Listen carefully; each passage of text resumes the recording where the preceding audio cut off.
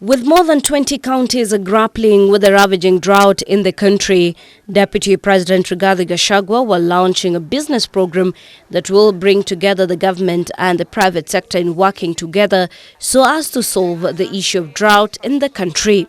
You have raised over 114 million under the Pamoja Tuungane initiative for our fellow countrymen and women facing food insecurity in our ASAL counties and elsewhere. This is very commendable. We know over 4.5 million Kenyans currently are in dire need of food and water, and a further 2.5 million livestock have perished. This initiative will save many lives, and for this, on behalf of government, I want to say asante sana.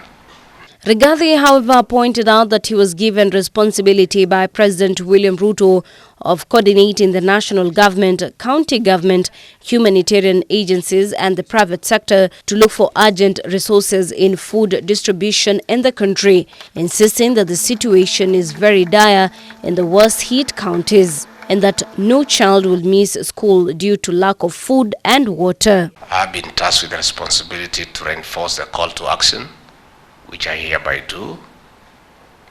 Ladies and gentlemen, the situation is dire. That's the truth. Everywhere we are sending people to distribute food. The smell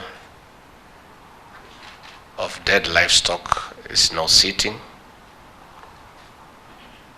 Children are leaving school. Kenyans are becoming helpless,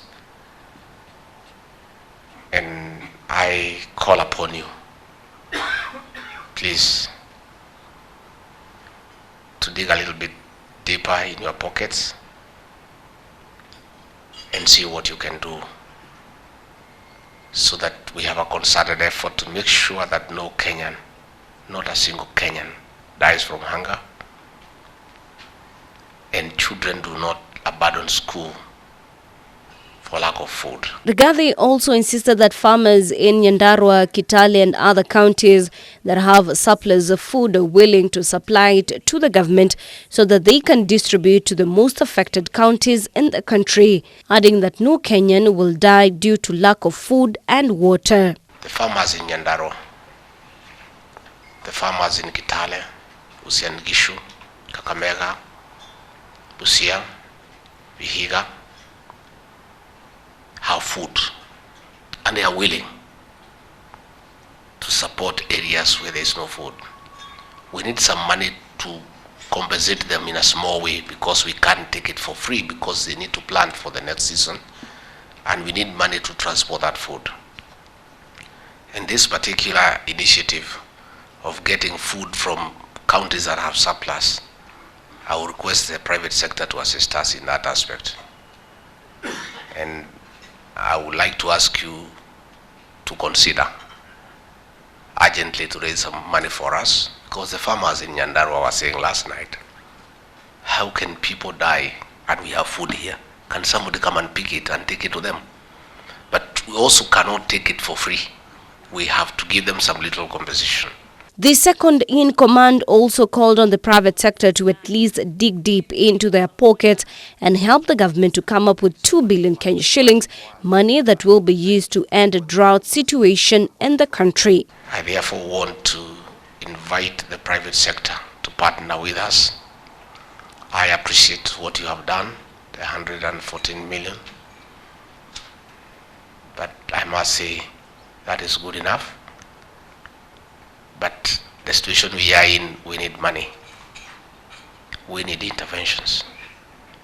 It will be very sad if a Kenyan died for lack of food when you have some little money somewhere. I know of the efforts that you have made, but I want to urge you very strongly and passionately to do a little bit more, and urgently so. But along the way, I'm inviting you, CEO Safaricom and everybody else, I need urgently 2 billion shillings from the private sector Reporting for Ibru TV, my name is Winnie Maganga.